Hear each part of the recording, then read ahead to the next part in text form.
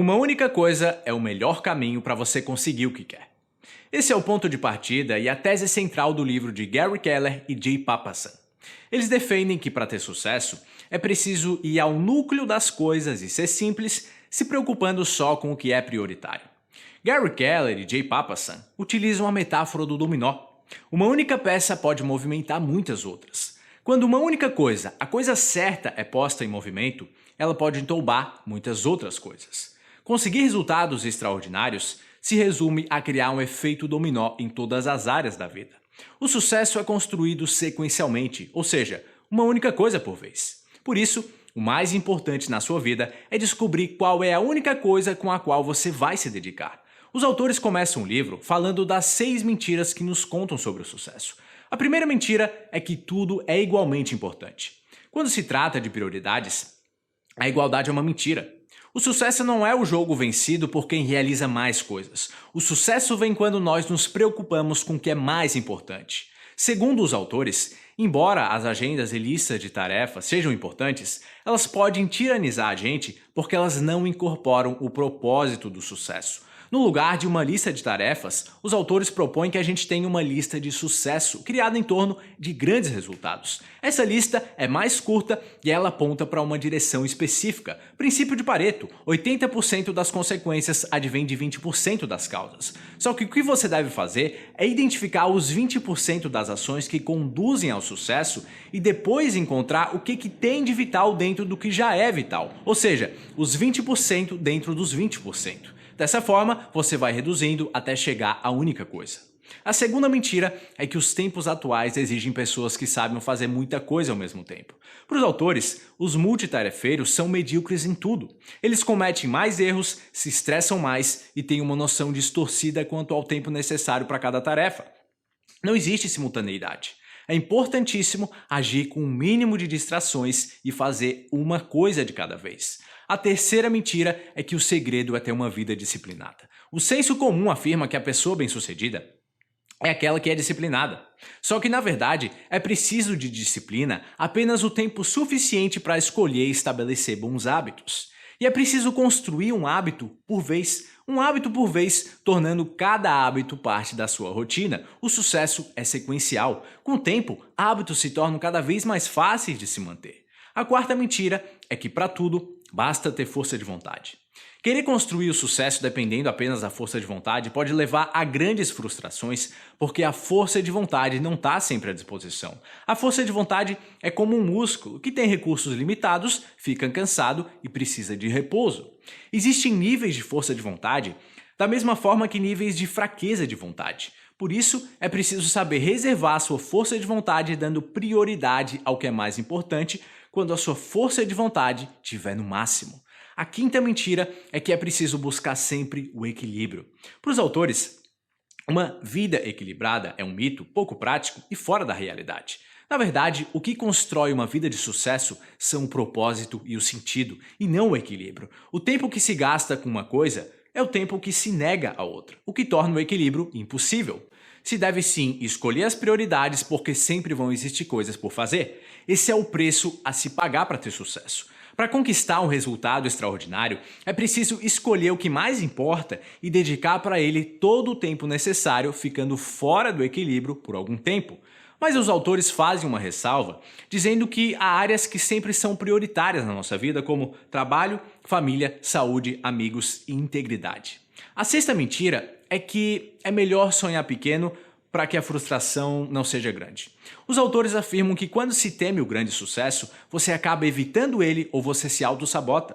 Quando a gente teme o grande, a gente trabalha contra ele, conscientemente ou inconscientemente. Minimizar nossa trajetória traz sensação de segurança. Ficar onde a gente está traz sensação de prudência, mas ninguém conhece os próprios limites. Pensar ou sonhar grande tem a ver com quem a pessoa pode se tornar e não apenas com quem ela é agora. As únicas ações que se tornam trampolins para o sucesso são aquelas suscitadas pelo pensar grande. As outras paralisam e prendem ao estágio em que a pessoa se encontra. Por isso é preciso fazer grandes perguntas e ter grandes objetivos. Quem persegue uma vida grandiosa vai perseguir a melhor vida que pode viver, realizando seus potenciais. Gary Keller e Jay Papasan, eles continuam o livro falando sobre o caminho simples para a produtividade. Eles defendem a ideia da única coisa. Para eles, você deve se fazer a pergunta foco. A pergunta foco é a grande pergunta a ser feita antes de dar o primeiro passo. Todas as respostas vão depender da qualidade da pergunta inicial. A pergunta foco leva à primeira peça do dominó. Por isso, a grande questão é inventar a pergunta certa. A pergunta foco não busca responder apenas as grandes perguntas sobre os seus objetivos, mas também as perguntas simples sobre o passo imediato a ser dado. A pergunta foco tem duas funções: encontrar a direção certa na vida e encontrar a atitude certa. E para que ela possa realizar essas duas funções, os autores criaram a fórmula da pergunta foco. Qual é a única coisa que eu posso fazer, de modo que, ao fazê-la, todas as outras coisas se tornam mais fáceis ou desnecessárias? Não tem mais de uma pergunta foco. A pessoa só pode escolher uma coisa. Essa coisa pode ser uma visão para a sua vida, uma direção para a sua carreira ou empresa, um conhecimento que se quer dominar, uma imagem do que se quer deixar para os outros e de como você quer ser lembrado. A pergunta foco é o hábito mais poderoso que você pode criar. E você deve fazer a pergunta foco para cada uma das áreas mais importantes da sua vida. Na terceira parte do livro, o Gary e o Jay, eles apresentam os fatores para você implementar a única coisa e conquistar resultados extraordinários. Intenção, ou seja, propósito, prioridade e produtividade. Quanto mais produtivas são as pessoas, mais o propósito e a prioridade motivaram e direcionaram essas pessoas. Os autores definem o propósito e a prioridade como uma combinação de aonde nós vamos e o que é mais importante para nós. Você deve tomar atitudes diárias que condizem com o seu propósito e com a sua prioridade. Quando se define um propósito para a vida, você constrói as convicções que levam a decisões mais rápidas. O seu propósito passa a ser a única coisa em torno da qual a sua vida gira. Quando ainda não se tem clareza de propósito, é preciso pelo menos escolher uma direção. Quando o caminho é escolhido, o tempo traz a clareza, mesmo que se tenha que mudar de ideia. Sempre que se define um destino, surge a prioridade, aquilo que se deve fazer. O propósito sem prioridades não tem poder nenhum. A definição de um propósito equivale a traçar objetivos. Por isso, os autores propõem que você defina qual a única coisa a ser feita algum dia, esse ano, esse mês, essa semana, hoje e agora. Dessa forma, você conecta o presente com os passos necessários para alcançar o propósito. E assim você engaja o pensamento estratégico necessário para planejar e alcançar resultados extraordinários. A produtividade acaba sendo apenas o resultado de todo esse processo. O Gary e o Jay, eles descrevem muitas maneiras para você se tornar produtivo. É preciso usar blocos de tempo. Você divide o calendário e a agenda em blocos com o tempo necessário para concluir a única coisa. Os outros projetos e atividades, eles devem ficar em segundo plano e esperar.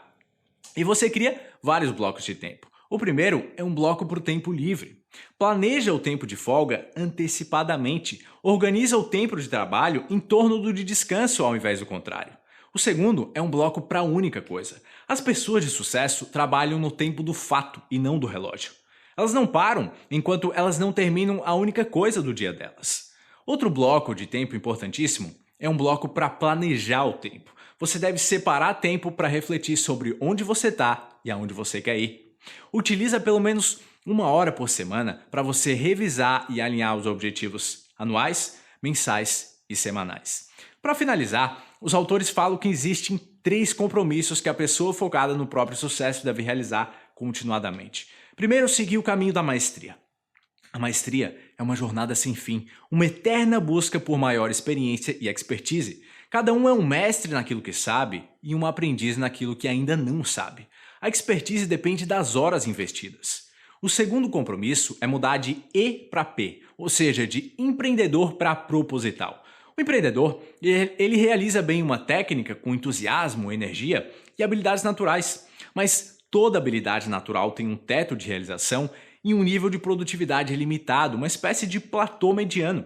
Pessoas muito produtivas, elas não aceitam essas limitações como a palavra final no sucesso. Elas cultivam uma mentalidade P, buscando propositalmente superar limites e realizar coisas muito acima de suas habilidades naturais, fazendo o que for necessário para isso.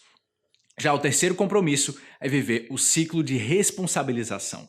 O melhor jeito de caminhar para o sucesso é tomar controle dos resultados, se tornando o único responsável por eles. Pessoas responsáveis alcançam resultados melhores porque elas procuram soluções e se sentem parte delas. Os autores finalizam o livro apresentando os 4 grandes ladrões da produtividade: a inabilidade em dizer não, o medo do caos, os maus hábitos de saúde e os ambientes que não te apoiam nos seus objetivos. Se você ainda não é inscrito no canal, se inscreve agora e curte esse conteúdo para conhecer mais resumos de livros como esse. E se você quiser evoluir 10 anos em 15 horas, entre agora em engrandece.com/sem limites.